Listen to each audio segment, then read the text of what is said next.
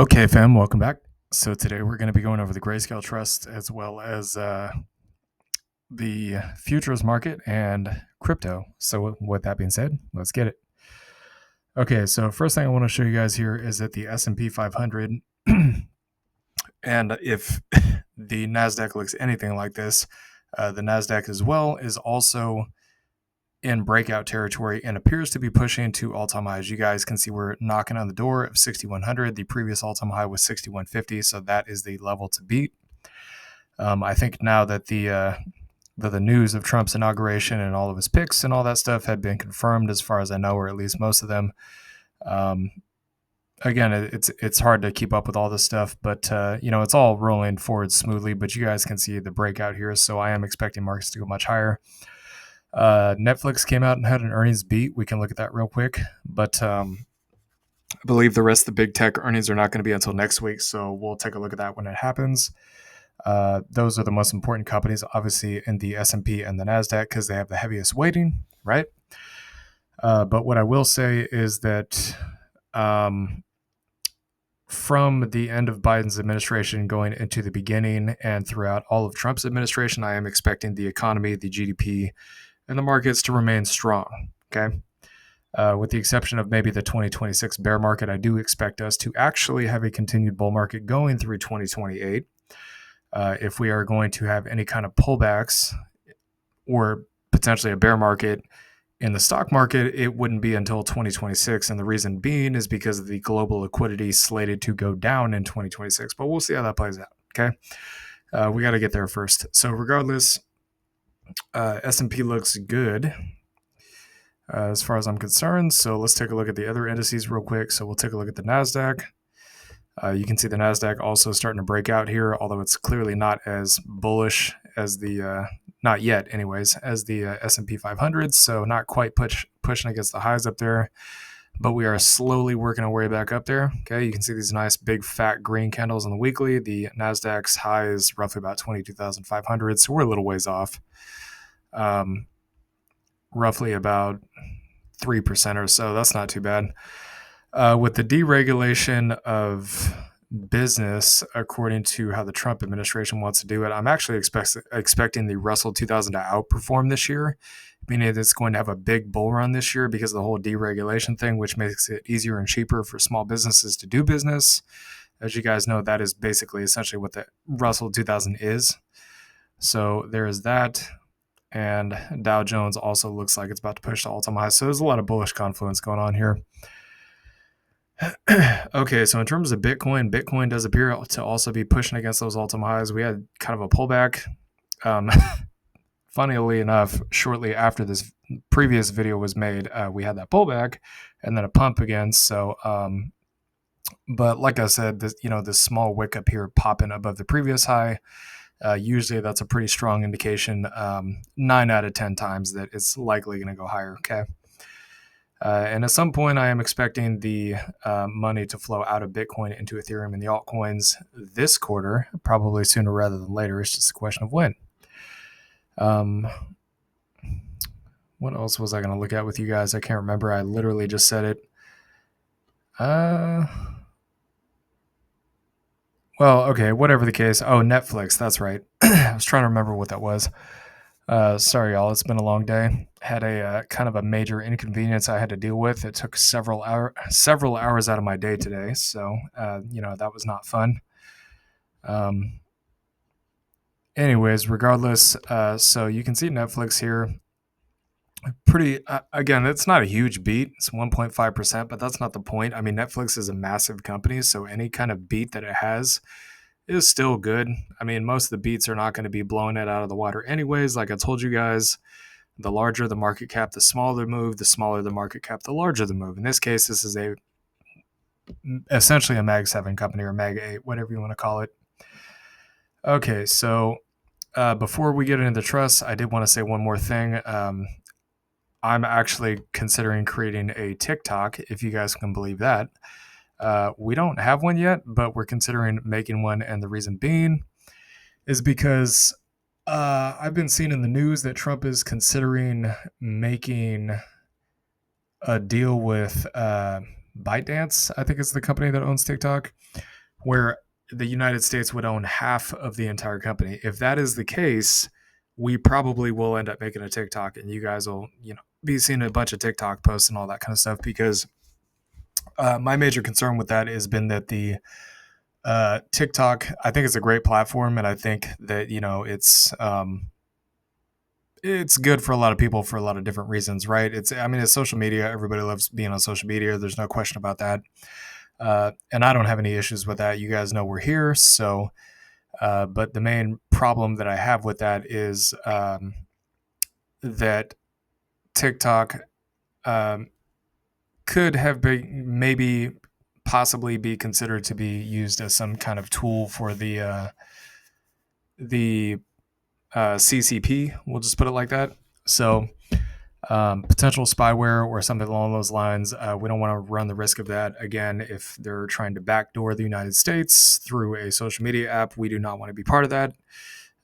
Value our privacy, all that kind of stuff. So, but if America owns half of the entire app, then you can be sure that there's going to be some level of national security, right? So would definitely feel a lot more comfortable being on the app if that were the case. Okay, so LTCN, let's get into the trust now. So buy zone still between this 12 to 18. Told you guys before, it's mainly just going sideways. And those of you guys that are like, oh, well, it's not going anywhere. Guys, I know, trust me, we're waiting for the same thing on CLSK. It's just sideways, okay? That's all it's doing. Hasn't gone up, hasn't gone down, mostly just sideways. Sometimes this is just how it goes, and you got to be a little bit more patient. I mean, if you're worried, if you want faster moves in the market, then the 4-hour golden cross for swing trading would be more your thing, or maybe, certain stocks or ETFs that you can do the wheel strategy on, or dividend paying stocks, maybe more your game. Again, it's not for everybody. Crypto is not for everybody. These kind of position trades is not for everybody. So 27 to 54 here for the targets. I can certainly understand the frustration, though, believe me. So 355% gain, BCHG. So this is actually a little bit off. I don't know why TradingView keeps doing this. It's kind of obnoxious, but regardless, we'll try to get it as perfect as we can. So there we go. So it's testing the bottom of this triangle. Again, I would say anywhere between 405 to 530 at this point could be a good area to pick some up. 1230 going up to 24 for the targets. At this point, I mean, you'd be looking at nearly a 6x if it just went immediately straight up to the target.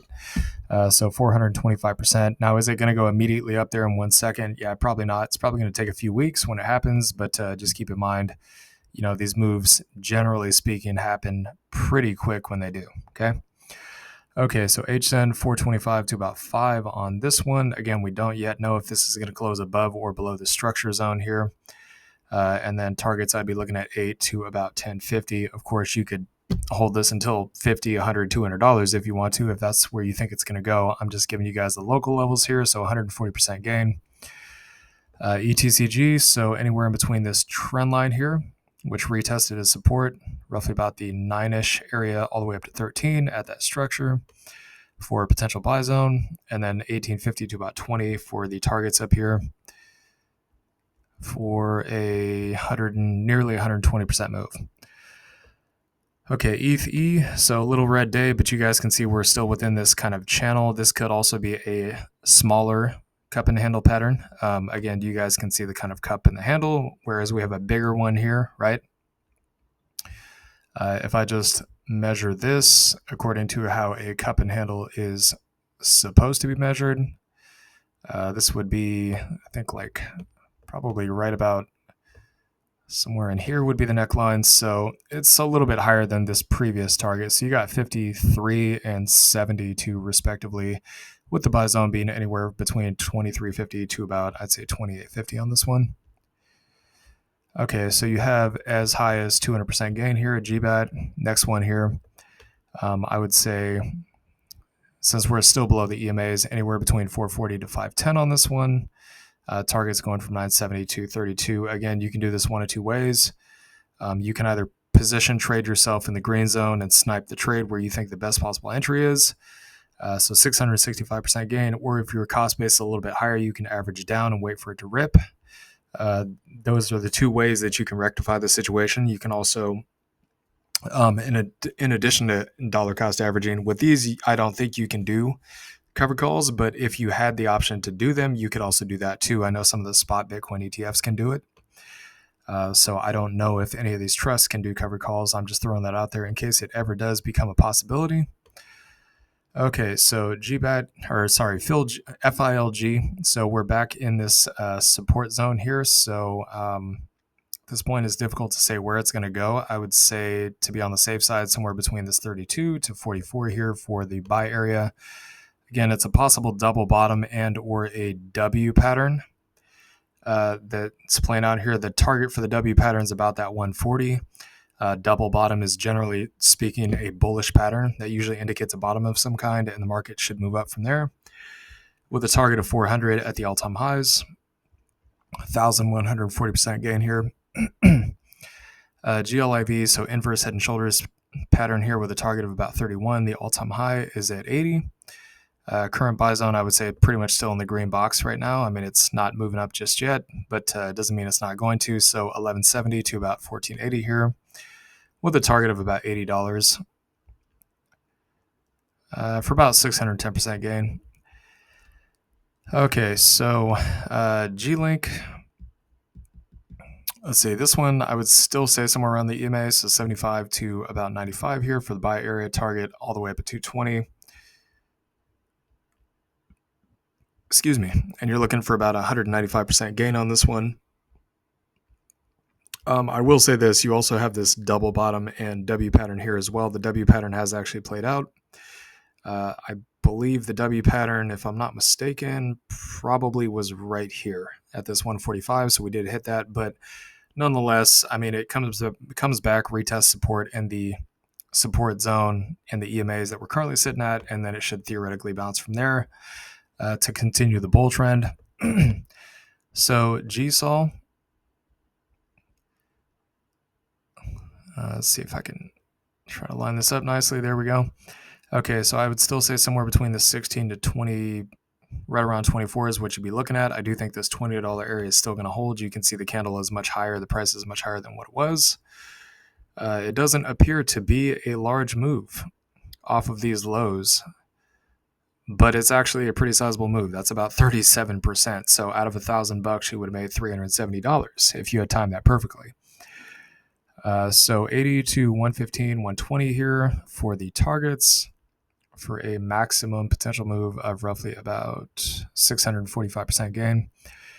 All right, GXLM. So this is kind of a funky price action setup here, but it does appear that we are basically coming up and testing against this resistance a lot. The more times you test against a level, especially if it's persistently pushing against it like this in the case of resistance, the more likely it is to break in that direction.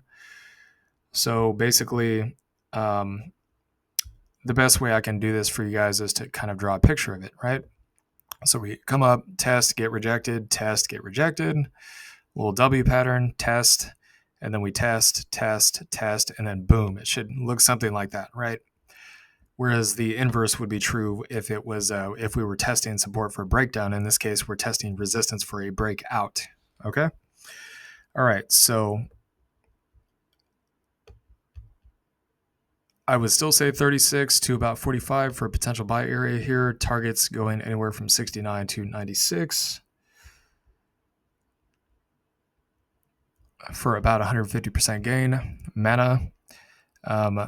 So the buy area on this one, anywhere from 10 to 20. That's basically just a giant consolidation. I think this thing really has a lot of upside. I don't think it's even really truly began to show us the potential of what it can do yet. I don't think 70 is even close to the top, I'm going to be honest. So 70 is the current all-time high. That's what I'd be looking at as of right now to at least consider getting scaled out. Again, you guys can do what you want. So 590% gain here. Zcash.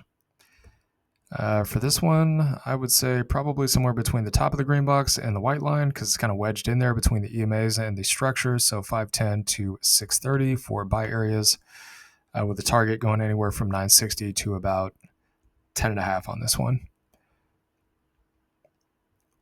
for roughly about 100% gain. All right. Hope you all enjoyed this content. Please like, comment, and subscribe, and I'll see y'all later. Peace.